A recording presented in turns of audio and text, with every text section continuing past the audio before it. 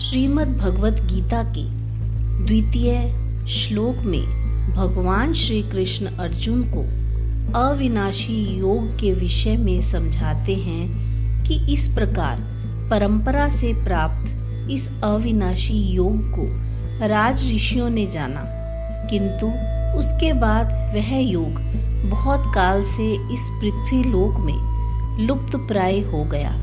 यहाँ भगवान समझाते हैं कि राजा लोग पहले से ही इस योग का अनुष्ठान करते आए हैं, इसीलिए हे अर्जुन, तुम्हारा भी इस पर अधिकार है।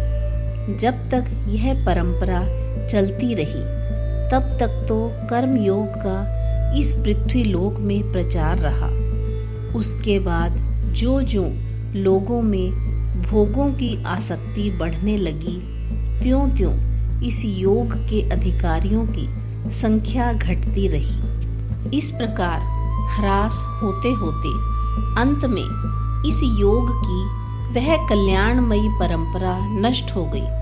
इसलिए उसके तत्व को समझने वाले और धारण करने वाले लोगों का इस लोक में बहुत काल पहले से ही प्राय अभाव सा हो गया। इस कारण यह अप्रकाशित हो गया, उसका इस लोक में तिरोभाव हो गया।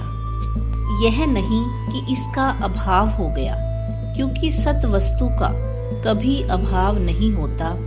ऐसा माना जाता है प्रलय के समय वह अखिल जगत के सहित भगवान में ही विलीन हो गया।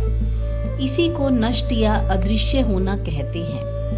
वास्तव में वह अविनाशी है, अविनाशी योग है। अतएव इस अविनाशी योग का कभी भी अभाव या अंत नहीं होता। जय श्री कृष्ण।